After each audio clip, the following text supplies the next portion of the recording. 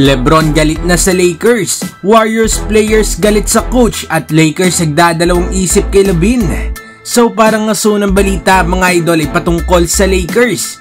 Isang Los Angeles Lakers sa mga kupunan na merong interest kay Zach LaVine. Pero ayon nga sa latest report ay quiet pa nga raw sa ngayon ang market dito nga kay LaVine. Dahil nagdadalawang isip daw itong Lakers at ibang kupunan na i-absorb ang 4 years 180 million na natitirang contract nito ni Zach LaVine. Pero kahit ganito ay itong Lakers pa nga rin daw ang favorite sa paglalandingan ni Zach LaVine kapag trinade nga ito ng Bulls. Nag-average niya itong si LaVine this season ng 21 points, 5 rebounds at 3 assists per game. Kailangan na nga talaga ng Lakers sa gumawa ng trade para nga merong katulong itong sina AD at LeBron. Anong masasabi ninyo dito mga idol? Itong Los Angeles Lakers nga ba makakakuha dito kay Zach LaVine?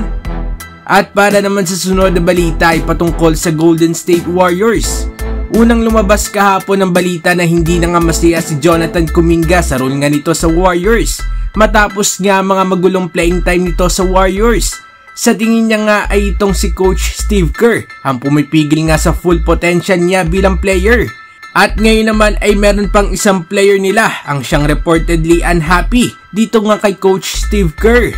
At yan nga mga idol ay itong si Moses Moody. Bigla nga kasing nawala sa rotation nitong si Moody kahit pa nga magandang pinapakita nito ngayong season.